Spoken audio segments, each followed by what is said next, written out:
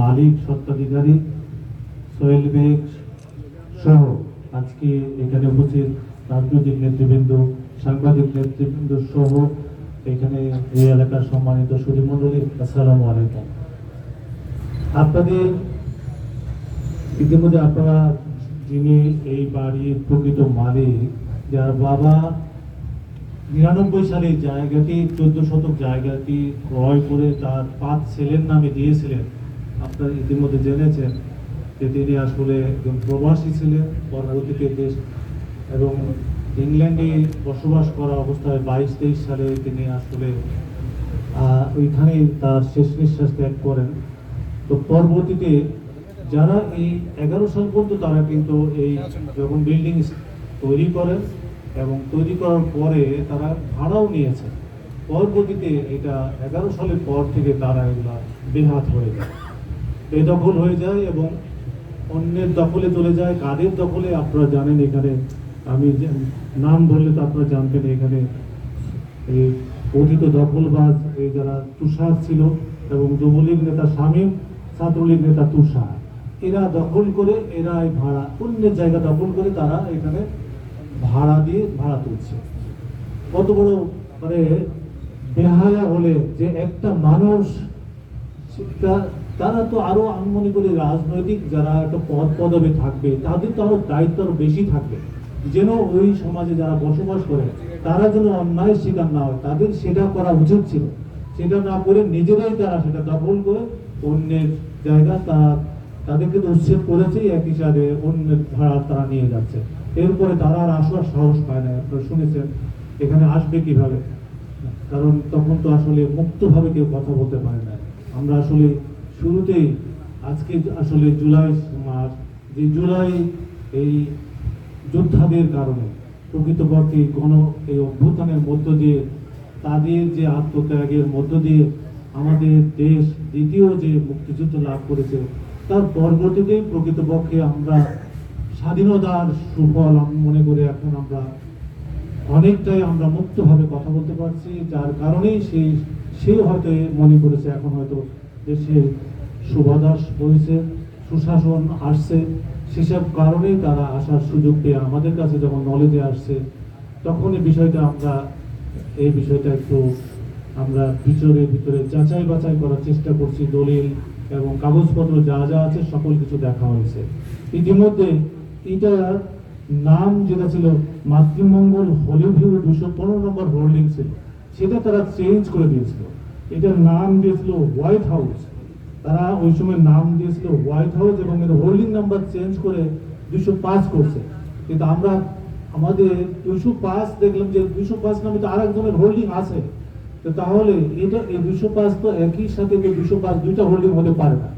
তো ফলে এটা কত দুরভিসন্ধি, মানে এরা এইভাবে একটা মানে জালিয়াতির মাধ্যমে তারা এই কার্যকলাপগুলো করার চেষ্টা করেছিল।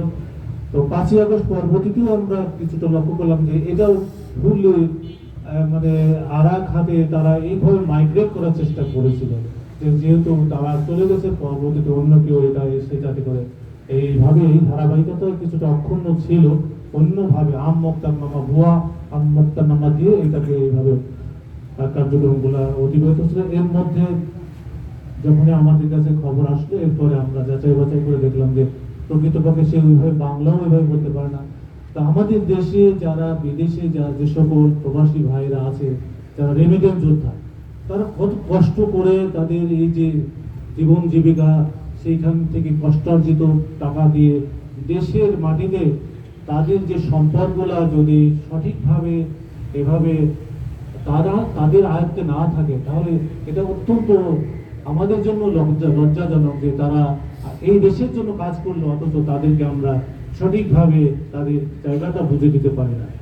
এই যে কাজটা আমি মনে করি আমরা বর্তমানে শুনেছেন যে সুগন্ধা নার্সারি, সেখানেও একইভাবে দেখি যে অনেক টাকার সম্পদ তারা বেদখল করার চেষ্টা করেছিল। তো সময় লেগেছে আমাদের, কিন্তু তারপরও আমরা যাচাই বাছাই করে যার প্রকৃত হক, যে প্রকৃত মালিক সেই তো থাকবে, যার জায়গার প্রকৃত মালিক তিনি সেখানে থাকবেন, এটি হওয়া উচিত। এবং সেই কাজটি আজকে আপনারা আমরা সবাই মিলে একসাথে ঐক্যবদ্ধভাবে সেই মেসেজটাই দিতে চাচ্ছি। যারা যারা প্রকৃত পক্ষে মালিক তারা থাকবেন। আর যারা এভাবে অবৈধ দখলদার এখনো আছে, এই মেসেজটা আমরা দিতে চাই। তো তারা কিন্তু আমার মনে হয় নিজ থেকেই এখন যারা প্রকৃত মালিক তাদের কাছে জায়গাটা বুঝিয়ে দেবেন। অন্যথায় আমরা কিন্তু অত্যন্ত শক্তভাবে এখানে ভূমি প্রতিরোধ এবং প্রতিকার আইনে এই আইন যদি প্রয়োগ করা হয়, সেক্ষেত্রে সে কিন্তু ক্ষতিপূরণ সহ তার জেলও হবে, একই সাথে তাকে ক্ষতিপূরণের জন্য তার বিধি ব্যবস্থা আছে। আমরা চাই যারা এখনো এরকম বেদখল করে আছে তারা এই ধরনের দুঃসাহস না দেখিয়ে, অপচেষ্টা না করে, বরং তাদেরকে যারা প্রকৃত মালিক তাদেরকে জায়গাগুলো বুঝিয়ে দেন এবং অন্য যাতে তারা প্রবাসী যোদ্ধারা যারা আছেন তারা যেন সুন্দরভাবে আমাদের দেশে তারা অবদান রাখছেন এবং তাদেরকে আমরা সেই যথাযথ সম্মান দিতে পারি, সেই প্রক্রিয়াটা শুরু করতে পারি। আমরা মনে করি বর্তমান আমাদের মাননীয় প্রধান উপদেষ্টা আসলে বিশ্ববরেণ্য এবং স্বরাষ্ট্র উপদেষ্টা এবং আমাদের আইজিপি মহোদয়, আপনারা দেখেছেন তাদের চিন্তা চেতনা এবং তারই প্রতিফলন কিন্তু আমরা চেষ্টা করছি যে যাতে দেশের সুশাসন, ন্যায় বিচার প্রতিষ্ঠিত হয়, মানুষ যেন ন্যায় বিচার পায়, যেটি আসলে ছিল না। এই দুঃশাসন, অপশাসন, এবং অত্যাচার, নির্যাতন এবং গুম খুন এগুলো আমরা জেনেছি। হয়তো আমাদের এই পুলিশের লোকও তারা কিছু অংশ তারা কিন্তু অতিরিক্ত ভাবে তারাও কিন্তু আসলে বিরেল হয়ে গেছিল। আমরা অবশ্যই আমাদের স্বীকার করতে দিতে নয়, কিন্তু আমরা সেই পুলিশ হতে চাই না।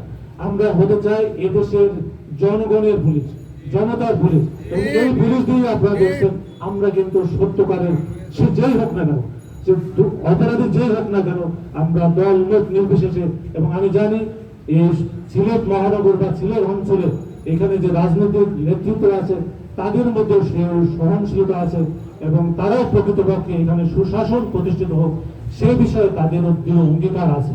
যার কারণেই কিন্তু আমরা যদি এখন প্রশাসন, রাজনীতিবিদ এবং এখানে যারা যেখানে আপনারা কলম সৈনিক যারা আছেন, আমাদের সাংবাদিক ভাইরা সহ এখানে আরো যারা রাজনৈতিক এখানে সুশীল সমাজের যারা নেতৃত্ব দিচ্ছেন, আমরা যদি এই এলাকায় ওইরকম ভাবে একটা সবাই মিলে একটা কমিউনিটি পুলিশিং দল মত নির্বিশেষে যদি আমরা একটা গঠন করতে পারি যে এই এলাকায় কি কি ধরনের অপরাধ হয়, সে দখলবাজ হোক, মাদক হোক এবং এই ধরনের কোন রকমের অশ্লীল কার্যকলাপ হোক অথবা জোয়ারি হোক এবং কোন রকমের কোন অপরাধ সেটা যেটাই হোক না কেন, আপনাদের চোখ দিয়ে কিন্তু কোনো ফাঁকি দিয়ে এগুলো করা সম্ভব না। এ ব্যাপারে যদি সামাজিক প্রতিরোধ আমরা গড়ে তুলতে পারি, আমার মনে হয় এটি দিয়ে আরো সকলেই এই এলাকার একটা সুন্দর পরিবেশ তৈরি হবে। একই সাথে এই এলাকা থেকে সুসন্তান এবং তারা ভবিষ্যতে আমাদের দেশে বিদেশে, আমি জানি এই সিলেটের আপনাদের সবসময় সিলেট কিন্তু বাংলাদেশকে অনেকভাবে বিশেষ করে অর্থনৈতিক সেক্টরে কিন্তু লিড করে গেছে। এইভাবে কিন্তু যদি সেই পরিবেশ যদি আমরা না দিতে পারি আগামী প্রজন্মকে, তাহলে তারা কিভাবে বড় হবে, তারা কি দেখবে।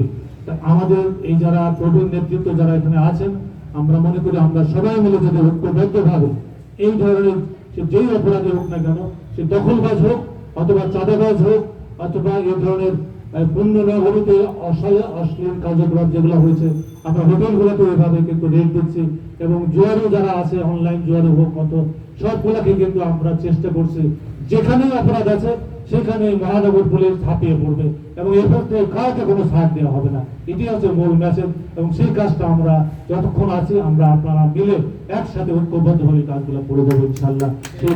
সেই অঙ্গীকার ব্যক্ত করে আপনারা আমাদেরকে সহযোগিতা করেন সত্য তথ্য দিয়ে আমরা আপনারা একসাথে মিলে যাতে সত্যের জয় হোক, মানুষ যেন সুন্দরভাবে বসবাস করতে পারে সেই দায়িত্ববোধ নিয়ে আমরা প্রত্যেকেই কাজ করব। সেই প্রত্যাশা দেখে আপনারা আগামীতে আমরা আপনারা মিলে যেন ভবিষ্যৎ আরো সুন্দর পরিবেশ দিতে পারি, সেজন্য আপনাদেরকে আন্তরিক সহযোগিতার আমাদের তরফ থেকে সেই অঙ্গীকার ব্যক্ত করে আমি আপনাদেরকে আজকে আমাদেরকে যে সম্মান দিলেন, বিশেষ করে আমাদের সম্মানের থেকে সবচেয়ে বড় কথা তিনি যে তার বাড়িটা বুঝে পেলেন, তিনি যে একটা দখলদার মুক্ত হতে পারলেন, তার হক বুঝে পেলেন, সেটি সবচেয়ে আমাদের বড় আত্মতৃপ্তি। তো সেজন্য আমি আবারও এবং পরবর্তীতে এইখানে উনি থাকছেন বা উনি অনেক সময় হয়তো বাইরে যাবেন, পরবর্তীতে কেউ যেন কোনোভাবে আমি অনুরোধ করবো যে কেউ যেন তাকে ডিস্টার্ব করার চেষ্টা না করেন, এবং যেটুকু 14 শতক জায়গা যারা এখনো বেদখল করে আছেন, আমার বিশ্বাস আপনাদের কাছে মেসেজ যাবে, আপনারা নিজের থেকেই তার দায়িত্ব বোধ থেকে আত্মসম্মান থাকলে আপনারা তার জায়গাটুকু, বাকি জায়গাটুকু বুঝিয়ে দেবেন। অন্যথায় আইন তার যথাযথভাবে প্রয়োগ হবে, আইনের গতিতে আইন চলবে, সে বিষয়ে আমরা বাকি পদক্ষেপ গ্রহণ করব। ইনশাল্লাহ আমরা আপনাদের পাশে আছি।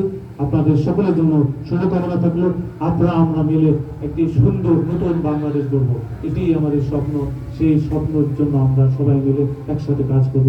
আপনাদের সবাইকে ধন্যবাদ জানিয়ে আমি আমার বক্তব্য শেষ করছি, এবং আপনারা যে এখানে আসছেন আমাদের আহ্বানে, সেই জন্য আপনাদেরকে ধন্যবাদ দিবে, আপনাদেরকে আবারও কৃতজ্ঞ জানিয়ে আমাদের পক্ষ থেকে একটা বক্তব্য শেষ করছি। সবাইকে ধন্যবাদ। আসসালামু আলাইকুম। একটা প্রশ্ন আছে যে বাকি যে অংশটুকু জায়গার উপরে যে বিভিন্ন ভবন নির্মাণ হয়েছে, এগুলোর লাগে আপনারা প্রশাসনের পক্ষ থেকে কোনো নোটিশ বা কিছু জারি হয়েছে? এগুলো আমরা দেখব, এগুলো যাচাই করব, তারা কিসের বলে আছে, কি তাদের রাইটসটা, কোন অধিকারে তারা এখানে আছে, কোন তাদের লিগালিটি কি আছে, সেগুলো আমরা যাচাই করে আমরা এটা যাচাই বাছাই এটা আমরা দেখব যে তারা